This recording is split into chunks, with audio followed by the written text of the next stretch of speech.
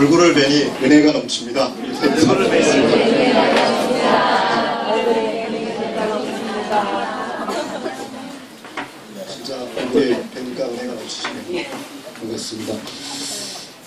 말씀 전하기 전에요. 잠깐 하나 말씀드리고 말씀 나누도록 하겠습니다. 그 예배 초소를 지난주에 우리 교인들이 다 위임을 해주셔서 운영위원들하고 또 우리 교회 안에 좋은 이렇게 전문가들이 계세요. 인테리어 하시고 또 앰프나 이런 것들 다 보실 줄 있는 분들이 가서 봤는데요. 장소는 참 마음에 들었습니다. 그래서 장소랑 주한 사거리에 있는데 장소나 기타 이런 것들이 마음에 들었는데 문제는 이제 거기가 교회 자리입니다. 근데 그 교회 목사님이 우리에게 이제 요구하는 시설비가 저희가 기대하고 또 우리가 할 수 있는 부분을 좀 넘어섰습니다. 그래서 운영위원들 안에서는 좀 이제 긍정적으로 생각을 했었고요. 그리고 진행을 하려고 했는데 그 비용이나 이런 것들이 좀 지나친 부분이 있어서 직원회를 소집을 했었습니다. 그래서 월요일 저녁에 직원들이 전체 다 직원이라는 말이 무슨 말인지 아시죠? 집사, 장로, 이런 권사, 직분자들이 모였고요. 한 17명 정도 모이셨죠?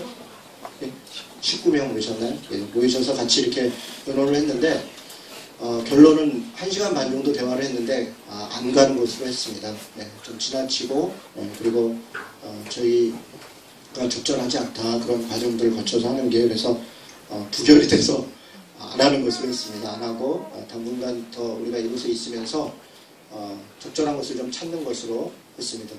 우리 교회가 저는 그 대단한 것 같아요. 원래 되게 목사나 장로나 운영위원들이 이렇게 당회나 하려고 맘먹고 얘기하면 애지간하면 다 통과됩니다. 지난번 총회 때도 그렇고 직원회 때도 그렇고 뭐 애지간하면 통과가 안 됩니다. 운영위원들이 더 잘해야죠. 통과가 안 되면 운영위원들이 반성을 많이 해야 됩니다. 적절치 않은 거니까요. 그래서 농담이고요. 어쨌든 전체 의견들을 함께 모으고 대화하고 하는 건 참 좋은 것 같습니다. 그래서 좀 불편하고 좀 더디가지만 그러나 또 그렇게 가는 거죠. 네, 그래서 급하게 됐죠. 그래서 이제 중학교 아이들 교육이 2층에서 안 돼서 이제 장소가 고민이 많았는데요. 마침 옆에 건물 마중물이라고 3층에 저희가 나갔습니다. 그래서 비어 있는데 임대가 아직 빠지지 않은 상태에서 이사를 갔어요. 그래서 그 마중물에서 월세를 내고 있는 거죠. 그래서 그 월세의 반, 월세가 50만 원이랍니다. 그래서 제가 25만 원을 비용을 지불하는 것으로 하고 이번 달부터 저 공간이 나가기 전까지 저희가 사용하게 될 겁니다. 그래서 저 공간이 나가고 또 그 사이에 또 저희도 적절한 것을 찾아서 갔으면 좋겠습니다. 저희가 예배 초소를 찾는 것은 단지 우리가 예배를 드릴 수 있는 공간, 더 많은 사람이 예배할 수 있는 공간만을 찾기 위해서 찾는 것이 아닙니다. 저희는 대한민국제 교회라고 하는 교회 예배당을 찾는 것이 아니고요. 담쟁이 숲이라고 하는 교육 공간, 그리고 지역사회랑 함께 할 수 있는 곳, 그곳을 찾는 것입니다. 그 공간이 지역 사람들이 와서 사용하기가 좋고 그것이 편하고 그 일을 통해서 여러 가지 일들이 함께 할 수 있는 일들이 진행되는 곳을 찾는 것이고요. 동아공동체교회는 그곳에서 예배를 드리는 것입니다. 아마 재산도 교회 재산은 일절 없을 겁니다. 위아래에서 우리 받은 전세금이라는 것들은 교회 재산이 아니라 담쟁이 숲이라고 하는 별도의 법인을 만들 거고요. 그것을 통해서 재산이 다 분리가 될 겁니다. 그러니까 엄격하게 앞으로 장기적으로 가면 교회 재산이 아니고 담쟁이 숲이라는 공공의 재산으로 만들어가고 거기에 우리가 예배를 드립니다. 그래서 더 신중합니다. 예배 공간, 우리가 쓸 곳, 큰 곳 하나 정하는 것은 조금 쉬울 수 있습니다. 그런데 지역에 그것이 꼭 필요하고 함께 할 수 있는 곳을 찾는 것이기 때문에 조금 더 조심스럽고요. 그런 과정들을 좀 밟아서 진행을 하고 있습니다. 그렇게 공간과 관련돼서 말씀을 드리고요. 오늘 말씀을 좀 나누도록 하겠습니다. 다니엘서 5장입니다. 여러분, 다니엘서는 좀 독특한 책입니다. 다니엘서를 읽어보신 분들은 아실 텐데요.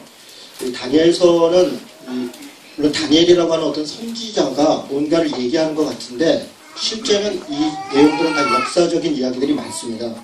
그래서 내용들 가만히 보면요. 12장밖에 안 되는데 이 내용 안에 바벨론과 페르시아뿐만 아니라 알렉산더 대왕과 그리고 그 이후에 알렉산더 제국이 4개로 나눠져서 흩어졌던 이야기들이 아주 꼼꼼하게 잘 나옵니다.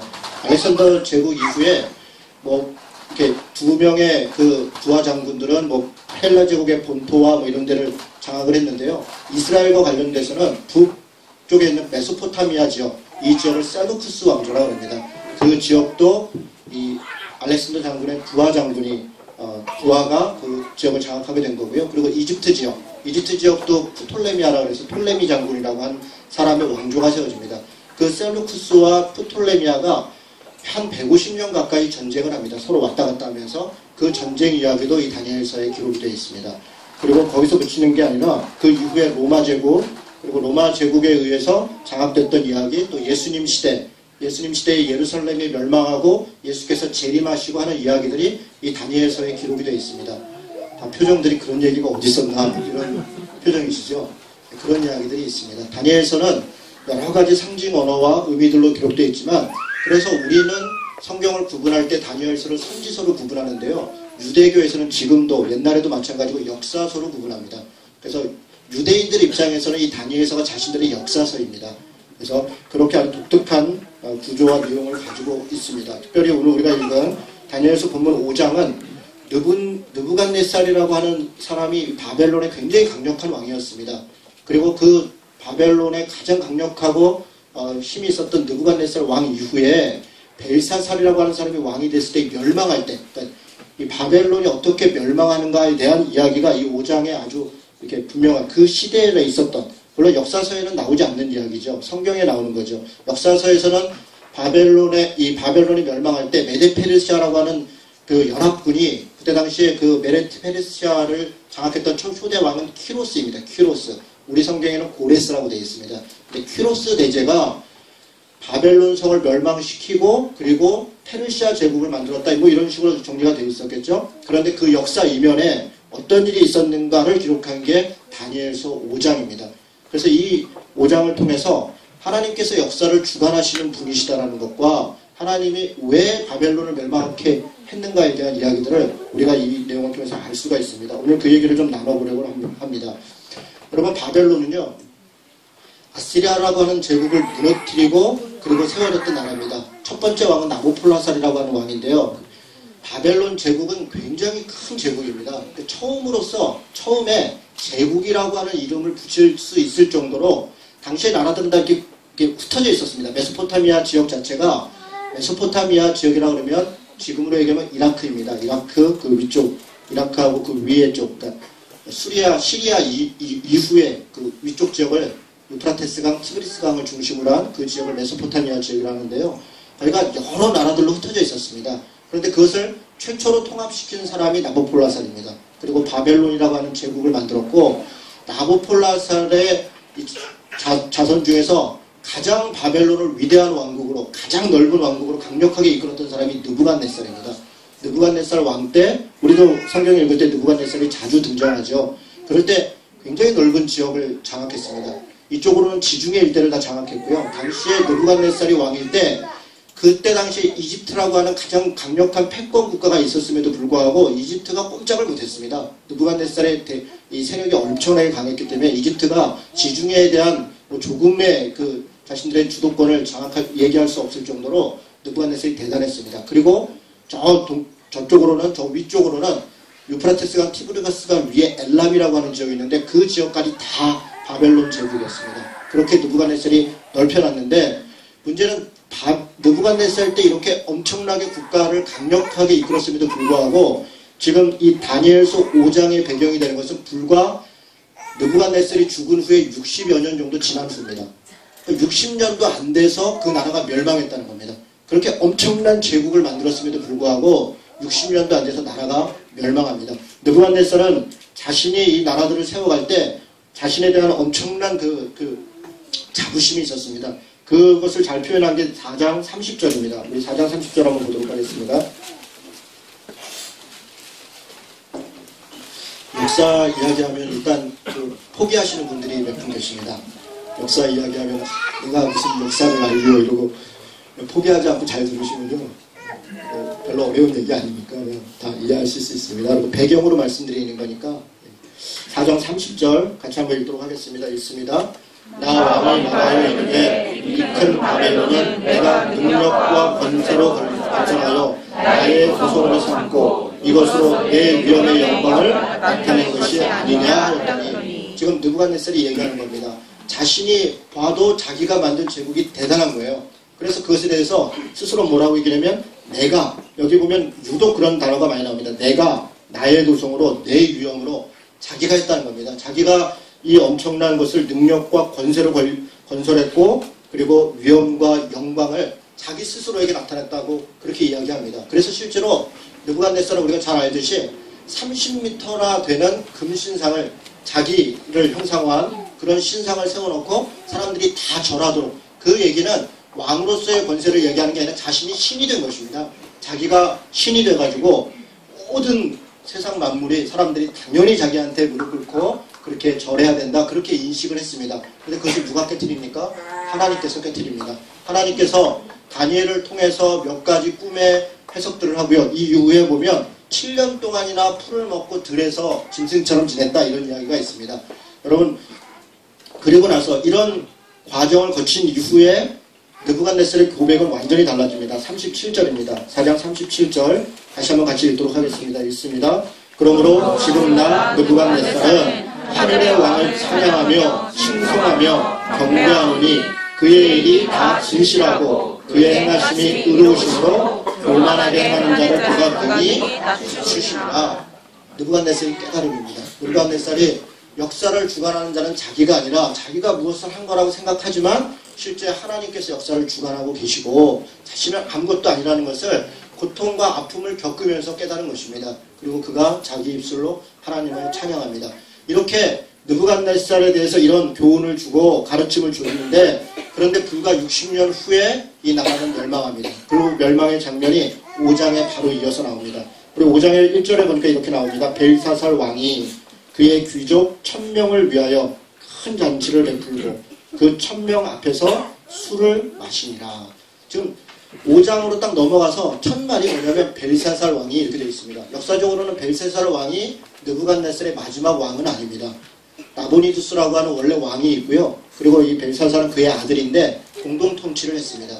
나보니두스가 마지막 왕인데 마지막 왕이 왕권을 넘기는 과정에 있는 거죠. 그리고 실제 실권은 아마 벨사살이 갖고 있었을 가능성이 높습니다. 그런데 이렇게 철딱소리 없이 이 벨사살 왕은 자기가 왕인 동안에 무슨 일을 하냐면 그의 귀족 1000명을 위하여 잔치를 베풀었다. 그러니까 성 안에서 1000명의 사람들과 함께 잔치를 베풀었습니다. 그런데 이때 역사 이 5장을 읽어보면요. 이날 밤 벨사살은 죽임을 당했고 바벨론은 멸망했더라. 이게 5장 30절의 기록입니다.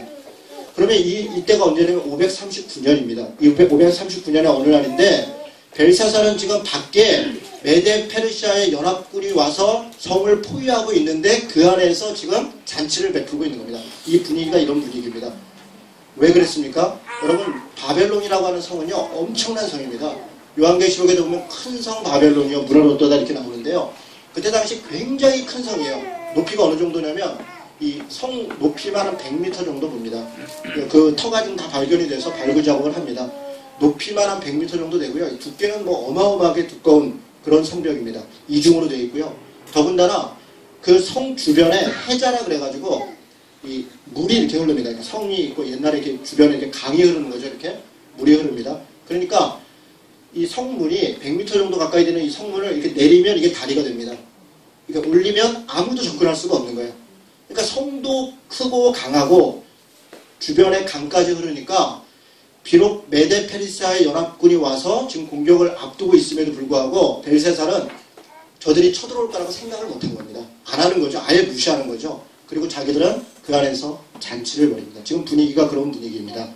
그런데 그가 잔치를 벌이면서 뜻밖의 행동을 합니다. 2절에 보니까 벨사살이 술을 마실 때에 명하여 그의 부친 느부갓네살이 예루살렘 성전에서 탈취하여 온 금, 은 그릇을 가지고 오라고 명하였으니 이는 왕과 귀족들과 왕후들과 후궁들이 다 그것으로 마시게 하려 함이라. 여러분, 이 말씀을 읽으면 먼저 정정할 것은 그의 부친 이렇게 되어 있는데요. 아까 제가 나보니투스가 아버지라 그랬잖아요. 그러니까 이 부친이라는 말은 이렇게 자기 아버지라는 얘기가 아니라 조상이라는 얘기입니다. 선조 이런 뜻. 그러니까 자손, 아들 이런 단어가 같은 단어고요. 윗사람을 이렇게 같은 단어입니다. 그래서 성경에서는 아들이라고 얘기하고 또 아버지라고 얘기할 때 그건 좀 따져봐야 됩니다. 진짜 아버지인지, 그러니까 혈육적인 바로 아버지인지 조상을 얘기하는 건지 그것은 좀 생각해 봐야 됩니다. 자, 어쨌든 그가 지금 무슨 일을 했냐면 느부갓네살 왕 때 가지고 온 게 있습니다. 다니엘서 1장을 보겠습니다. 다니엘서 1장에 보니까 2절입니다. 1장 1절부터 여호야김 때 바벨론 왕 느부갓네살이 예루살렘 성을 에워쌌고 그래서 이 공격을 해가지고 여러가지 어려움을 줬던 이야기가 1장 1절에 나옵니다. 그리고 주께서 유다왕 여호야김과 하나님의 전 그릇 얼마를 그의 손에 넘기심에 그가 그것을 가지고 시나이 땅 자기들의 신전에 가져다가 그 신들의 보물창고에 두었더라. 지금 느부갓네살이 무슨 일을 했다는 거냐면 여호와의 성전에 있는 각종 기구들, 뭐 잔이니 무슨 컵이니 이런 성전 제사에 사용된, 그리고 제사를 한 이후에 서로 나눠 먹기 위해 사용됐던 그런 그릇들을 다 가지고 이 시나이 땅, 그러니까 갈대아, 이 바벨론 땅으로 가지고 갔다는 겁니다.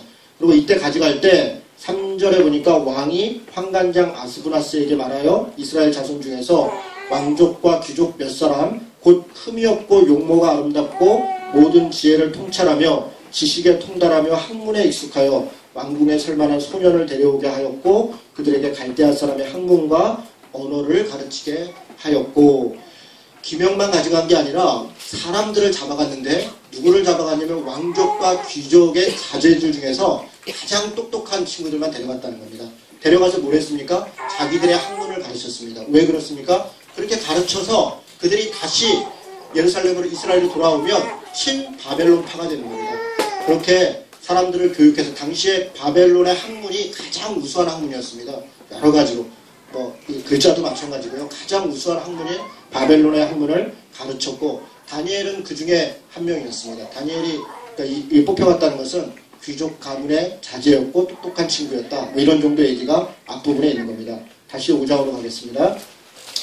지금 벨사살은 그렇게 느부갓네살이 가져다가 자신들의 신전에다 그냥 이렇게 두었던 것을 술 잔치를 하면서 그걸 가져오라고 합니다. 그리고 가지고 와서 그걸 가지고 술을 마시고 심지어는 왕후와 후궁들까지 다 마시게 하고, 여러분 이 자체가 신성 모독입니다. 그러니까 하나님에 대한 엄청난 모독과 조롱을 지금 행하고 있는 것입니다. 그리고 심지어는 당시에 이제 이렇게 잔치를 벌이면 술을 하면 헌주를 하잖아요. 우리도 이렇게 뭐 건배할 때 건배사 뭐 이런 거 해보셨습니까? 누가 한 명 일어나가지고 누구를 뭐 어쩌고 그러면 위하여 뭐 이런 거 하지 않습니까?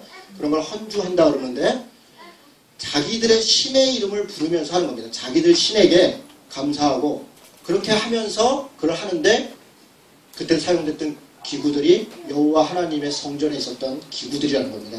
그래서 4절에 보니까 그들이 술을 마시고는 그 금, 은, 구리, 쇠, 나무, 돌로 만든 신들을 찬양하니라.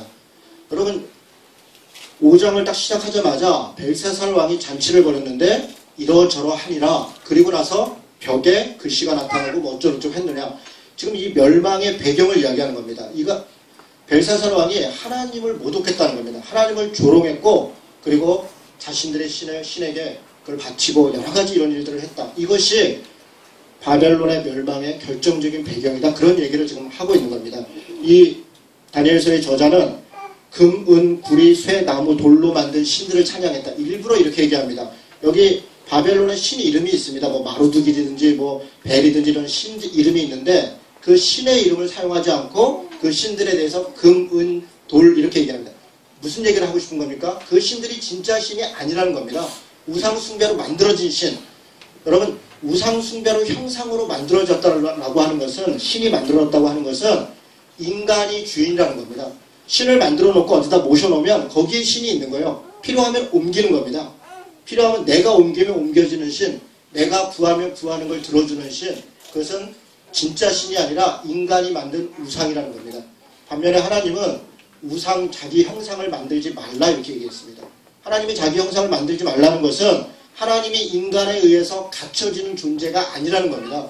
인간이 만들어 놓고 내가 필요할 때 찾아가고 내가 필요한 것을 구하면 그러면 만나주고 내가 필요한 거 구하면 구하는 거 주고 그런 존재가 아니라 오히려 하나님은 창조자시고 역사를 주관하시는 분이라 인간이 오히려 하나님께 순종해야 되고 그리고 인간이 필요할 때 하나님께서 판단해서 필요할 때 인간을 찾아와서 이끄시고 인도하시는 분이라는 겁니다. 하나님을 우리가 이해할 때 그래서 그것을 우리가 인격적인 신이라고 얘기합니다. 형상을 만드시는 인격적인 신이 아닙니다. 우리와 인격적으로 교제하는 신이 아니라 우리가 만들어서 우리의 필요를 채우는 그런 신이라는 겁니다. 그래서 오늘 즉 이 저자가 그렇게 얘기하는 겁니다. 그렇게 금과 은과 돈과 쇠와 이런 것으로 만든 신에게 하나님을 조롱하였다. 너희들이 지금 하나님을 멸시하였다. 그런 이야기를 합니다. 그래서 어떤 일이 벌어졌습니까? 그때 사람의 손가락들이 나타나서 왕궁 촛대 맞은편 석회벽에 글자를 쓰는데 왕이 그 글자 쓰는 손가락을 보았습니다. 그러면 잔치를 막 하고 막 술이 취하고 막 그런데 갑자기 뭐가 나타나고 이 벽에 뭐가 막 이렇게 썼다는 거죠. 그런데 이 장면을 본 왕이 어떤 반응을 보이냐면 6절부터입니다. 이에 왕의 즐기던 얼굴빛이 변하고 그 생각이 번민하여 넓적다리 마귀가 녹는 듯하고 그의 무릎이 서로 부딪힌지라 왕이 크게 소리질러 술객과 갈대와 술사와 점쟁이들을 불러 바벨론 지혜리들에게 말하고 누구를 망라하고 글자를 해석하면 이런저런 상급을 주겠다 얘기했습니다. 그리고 왕이 그것을 보고 왕이 지금 굉장히 교만한 사람입니다. 자신이 지금 밖에 대군들이 와가지고 전쟁을 해도 눈 하나 깜짝하지 않고 여기서 잔치를 벌이고 있는데 그런데 벽에 쓰여져 있는 글씨를 보고는 오금이 잡았다. 지금 두려움과 근심에 쌓였다. 그리고 애지간했으면 이 사람이 이렇게 할 사람이 아니지 않습니까? 그런데 이렇게 했다는 것은 하나님의 임재하심이 얼마나 두려운 것인가, 하나님이 나타나심이 그에게 얼마나 두려움과 이것을 가져오는 것을 나타내는 그런 이야기를 하는 겁니다. 술사와 여러 사람들 불렀습니다. 해석을 아무도 못합니다. 그랬더니 왕비가 들어옵니다. 이때 왕비는 벨사살의 왕비가 아니라 이 왕대비, 우리로 얘기하면 왕대비쯤 되는 겁니다. 저 위에. 아마 느부갓네살의 부인이거나 이 나보니투스의 부인 정도 되는 것 같습니다. 그런 사람이 들어와가지고 벨사살한테 얘기합니다. 예전에 느부갓네살 왕 때 하나님의 영을 가진, 여기에 보면 이제 신들의 영이 있는 사람 이런 표현이 있는데요. 11절에 보면 그것은 하나님의 영을 얘기합니다. 하나님의 영이 함께하고 그래서 지혜와 능력이 총명하고 그런 사람이 있다. 그러니 당신이 그를 불러서 꿈을 해석하게 해주십시오. 이렇게 얘기합니다. 여러분 다니엘이 불려옵니다.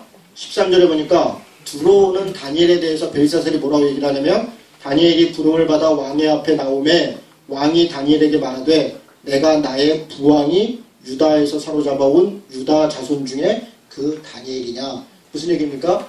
벨사살은 지금 느부갓네살 때 잡아온 유다 자손, 이방 민족으로서의 다니엘의 존재를 이미 알고 있는 겁니다.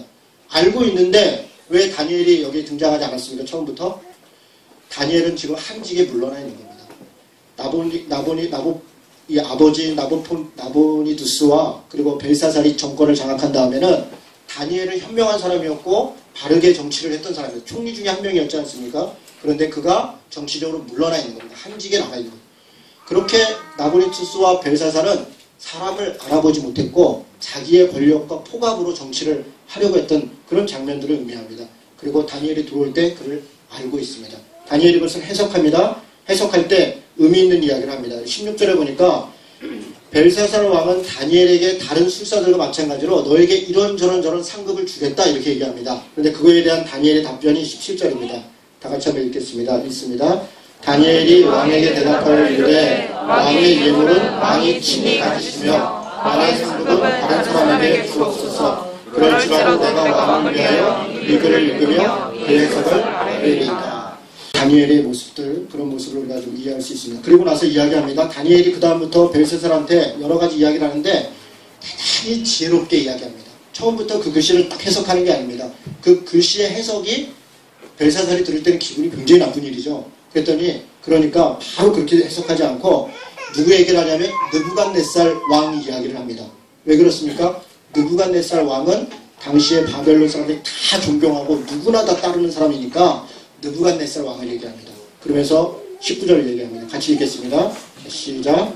그에게 큰 권세를 주셨으므로 백성들과 나라들과 언어가 다른 모든 사람들이 그의 앞에서 떨며 두려워하였으며 그는 임의로 죽으며 임의로 살리며 임의로 높이며 임의로 낮추었더니 지금 무슨 얘기입니까? 느부갓네살이 자기의 권력과 힘을 믿고 임의로 사람을 죽이고 임의로 사람을 살리고 임의로 높이기도 하고 임의로 낮추기도 했다는 겁니까? 임의로 했다는 건 뭡니까? 자기 마음대로. 자기 마음대로. 자기가 권력이 있다고 해서 무슨 규칙과 규정을 따르는 것도 아니고 하나님을 두려워하는 것도 아니고 자기가 말하는 게 법이라는 겁니다. 자기가 말하는 것. 그렇게 해서 자기 권력에 취해서 임의로 죽이기도 하고 임의로 살리기도 하고 임의로 높이기도 하고 임의로 낮추기도 하더니 그가 하나님이 그 완악함과 교만함을 꺾어서 그가 완전히 낮아졌고 그리고 이렇게 저렇게 되지 않았습니까? 그런 이야기를 합니다. 그런데 느부갓네살이 그런 일들을 당신들이 잘 알고 있는데 지금 당신을 돌아보라는 겁니다. 벨사살 왕에게 당신이 그렇게 느부갓네살의 이야기를 알고 있으면 60년밖에 지나지 않았으니까 분명히 알고 있을 거 아닙니까? 그런데 거기서 아무것도 배우지 못하고 22절입니다. 벨사살 왕이여 그의 아들이 되어서 이것을 다 알고도 아직도 마음을 낮추지 아니하시고 도리어 자신을 하늘의 주제보다 높이며 그의 성전 그릇을 왕 앞에 가져다가 왕과 귀족들과 황후들과 후궁들과 다 그것으로 술을 마시고 이러저러 하니 어찌 당신이 살겠습니까? 그런 이야기. 설득력이 있죠. 그 주위에 있는 많은 사람들 벨사살 왕조차도 느부갓네살이 그런 일들을 있었던 일을 이야기하면서 벨사살에서 이야기할 때 벨사살이 이해를 하기 시작하는 겁니다. 그리고 설명합니다. 글자는 곧 이것이니 메네 데겔 우바르시니라. 여러분 메네 데겔 우바르시니 무슨 뜻일까요? 여러 학자들이 이걸 가지고 막 연구를 많이 해놨습니다. 대체적으로 이런 얘기입니다. 메네라고 하는 말은 문화라고 하는 그 화폐 단위 어려운 이야기인데요. 믿거나 말거나 그런 정도입니다. 어쨌든 그날 밤 539년에 바벨론은 멸망했고 페르시아 제국이 들어섰습니다. 여러분 이 이야기들을 통해서 우리가 깨달아야 될 것들이 많이 있습니다. 그 중에 이런 거죠. 반드시 저울에 달 때가 있다는 겁니다. 우리 인생이 우리 힘으로 우리 지혜로 살아가는 것 같지만 언젠가 반드시 우리가 살아간 날들에 대해서 우리가 행한 것에 대해서 심판하는 날이 있다는 것입니다. 하나님이 역사의 주관자이시고 그리고 우리 삶의 주관자라는 것입니다. 그래서 재림의 때 백보자 심판, 마지막 심판 이런 얘기를 하는 겁니다. 저울에 달아보겠다는 것입니다. 그냥 무조건 천국, 지옥 이런 것이 아닙니다. 백보자 심판의 얘기는 우리 삶에 대해서 하나님께서 평가하신다는 겁니다. 만약에 그런 평가가 없다 그러면 예수 믿으면 구원받으면 그럼 끝나는 거 아닙니까? 뭘 평가할 게 있어요? 예수 믿는 사람은 구원받는 거고 예수 안 믿는 사람은 지옥 가는 것이고 그렇게 단순한 것이 아닙니다. 예수 믿는 사람이 예수 믿는 사람답게 살아가는가 라고 하는 것에 대해서 저울에 달 때가 있습니다. 예수 안 믿는 사람도 자신의 삶에 대해서 책임을 져야 되는 저울에 달 때가 있습니다. 여러분 우리가 그렇게 살아가는 존재들입니다. 우리가 때때로 살아갈 때 내 힘으로 뭔가를 다 이룬 것 같고 내가 다 이룬 것 같고 나도 이 정도면 착해 나도 이 정도면 괜찮아 라고 생각할지 모르나 바로 그 교만함이 우리를 무너뜨리는 것입니다. 우리가 날마다 하나님 앞에서 내가 어떤 자세로 살아가고 있는가 내가 어떤 존재인가 하나님 앞에 순종하지 않고 그 말씀을 지금도 다시 읽고 다시 생각하지 않으면 우리는 언제든지 죄 가운데 빠질 수밖에 없는 그런 존재라는 것을 우리 스스로가 자각해야 됩니다. 여러분 우리에게 무슨 선한 게 있습니까? 우리 중에 어떤 분들은 이렇게 인간적으로 봐도 겸손한 분들이 있습니다. 그러나 백지 한 장 차이입니다. 도찐 개찐입니다. 여러분 하나님 입장에서 볼 때 죄도 이렇게 사람 물건 하나 훔친 거나 사람 죽인 거나 우리에게 볼 때는 큰 죄지만 하나님 입장에서 볼 때는 그 죄가 그 죄입니다. 그런데 선한 것도 마찬가지입니다. 사람이 선하면 얼마나 선하겠습니까? 우리 안에 선한 것이 없다는 것. 그 선도 사실은 우리 안에 욕심으로 인해서 좀 잘 보이려고 하고 조금 점잖게 보이려고 하고 나는 싫지만 그냥 이렇게 했던 그런 모습이라는 것을 우리가 알아야 됩니다. 그래서 우리는 하나님의 말씀, 그의 능력을 따라 그의 은혜를 입지 않고는 조금도 살 수 없는 존재라는 걸 깨닫는 것이 이 심판을 벗어나는 길입니다. 저울에 달 때가 있다는 것을 우리가 명심해야 됩니다. 우리는 마치 이 세상이 영원히 될 것이다. 내가 가지고 있는 지혜와 내가 가지고 있는 돈과 이 권력은 끝나지 않을 것이다 라고 생각합니다. 그래서 자기 아들한테 세습을 하는 겁니다. 그렇게 보내고 그것이 끝나지 않을 거라고 생각하지만 세상은 끝날 것이고 우리 개인들도 끝나는 날이 반드시 올 것입니다. 누군가에게 다 하나님 말씀하십니다. 메네 데겔 우바르시니 저울에 달아보고 달아본다는 것입니다. 저울에 달렸을 때 하나님 앞에 우리가 어떤 모습일까를 날마다 경성하고 그렇게 살아가겠습니다. 우리 같이 말씀 생각하면서 기도하도록 하겠습니다. 역사의 주관자 되신 하나님